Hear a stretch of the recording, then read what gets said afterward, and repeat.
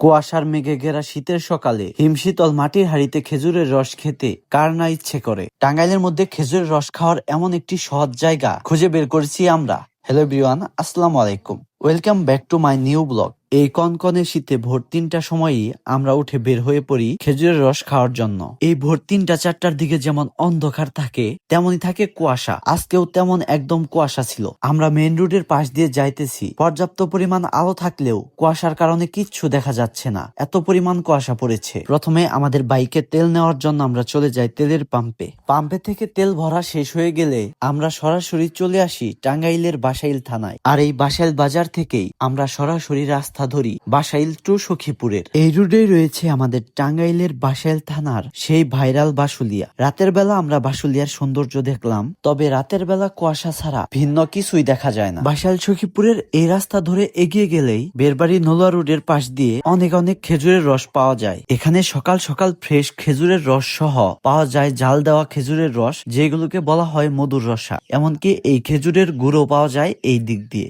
সকালের সূর্য ওঠার আগেই আমরা পৌঁছে গেছি সেই জায়গায়। এখানে খেজুরের রস জাল দেওয়া হচ্ছে, আর ভিতরে গিয়েই দেখি বালতিতে ভরা রয়েছে খেজুরের রসে। কিন্তু আমরা আগে আনা খেজুরের রসগুলো খাই না। এই সকালবেলা খেজুরের গাছ থেকে মাটির হাঁড়িতে করে পারা একদম ফ্রেশ খেজুরের রস খাবো বলে আমরা আগের বালতিতে ভরা খেজুরের রস খাইনি। বেশ কয়েকটি হাঁড়ি নামিয়ে অনেক পরিমাণ রস নিয়ে আসে তারা। এই নতুন খেজুরের রস আনা হলে সেগুলো বড় একটি মগে নিয়ে গ্লাসে ভরে আমাদের সাথে থাকা সকলকে এক একটি গ্লাস করে খেতে দেওয়া হয়। এই শীতের সকালে ঠান্ডা ঠান্ডা খেজুরের রস খেয়ে সবাই অনেক তৃপ্তি পাচ্ছে। এই খেজুরের রসগুলোও অনেক মিষ্টি। আমিও সেখান থেকে এক গ্লাস নিয়ে নেই এবং খেজুরের রস জাল করা দেখতে দেখতে এই টাটকা ফ্রেশ খেজুরের রস খাই, যেটার স্বাদ ভাষায় প্রকাশ করার মতো না, এতটাই মিষ্টি আর আলাদা একটি ফ্লেভার। আমরা খেজুরের রস খেতে খেতে এদিকে সকালের সূর্য উঠে যায়, তবু আমরা খেজুরের রস খেতেই থাকি। আমরা 5 জন মিলে গিয়েছিলাম খেজুরের রস খেতে। এক একজনে প্রায় 3 থেকে 4 গ্লাস করে খেজুরের রস খাই, এতটাই স্বাদ ছিল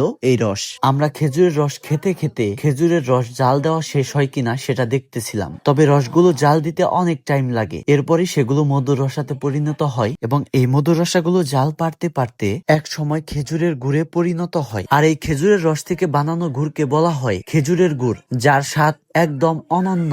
এই খেজুরের গুড়ের স্বাদ যেমন অন্যরকম, তেমন এর দামটাও অনেক বেশি। আমরা থাকাকালীন খেজুরের রস ঝাল দেওয়া শেষ হয়নি, তাই আমরা মধুর রসা খেতে পারলাম না। এরপরে আমরা চলে আসার সিদ্ধান্ত নেই। তবে এই সকালবেলার এই সুন্দর ওয়েদারে আমরা আরো বেশ কিছুক্ষণ ঘোরাফেরার চিন্তা করলাম। তবে আমরা বেরবাড়ি থেকে নলুয়ার অনেকটাই ভিতর দিকে চলে গিয়েছিলাম। ফিরে আসার সময় আমরা রাস্তায় আরো বেশ কয়েকটি জায়গায় খেজুরের রস বিক্রি হচ্ছে, এমনকি খেজুরের রস জাল দেওয়া হচ্ছে সেটা দেখতে পাচ্ছিলাম। এই সখীপুর বাসাইল রোড দিয়ে ফেরার সময় পথিমধ্যে আমরা দেখতে পাই সকালবেলার সূর্য আর কুয়াশার এত সুন্দর একটি কম্বিনেশন। এখানে দাঁড়িয়ে আমরা বেশ কয়েকটি ভিডিও করি। এত সুন্দর একটা প্রাকৃতিক পরিবেশ দেখে আমরা সত্যি সকালবেলা মুগ্ধ হয়ে যাই। এরপর সেখান থেকে আমরা সামনের দিকে আগাই। সামনের দিকে এগিয়েই এসে পড়ে বাসুলিয়া। বর্ষাকালে যেখানে হাজার হাজার লক্ষ লক্ষ মানুষের ভিড় হয়, তবে শীতের সকালেও যে বাসুলিয়ার এতটা সৌন্দর্য উপভোগ করতে পারবো সেটা আমরা কল্পনাও করিনি। আর এই সকালের সৌন্দর্য উপভোগ করতে করতে আমরা লক্ষ্য করি বর্ষাকালে যে নৌকা বা সেলুগুলো দিয়ে যাত্রীদের ভ্রমণ করানো হয়, সেইগুলো এই বাসুলিয়ারি চকে সারিতে সারিতে সাজানো আছে, যেগুলো দেখতে অনেক সুন্দর লাগছে। এইখানে আমরা দাঁড়িয়ে বেশ কয়েকটি ছবি তুলি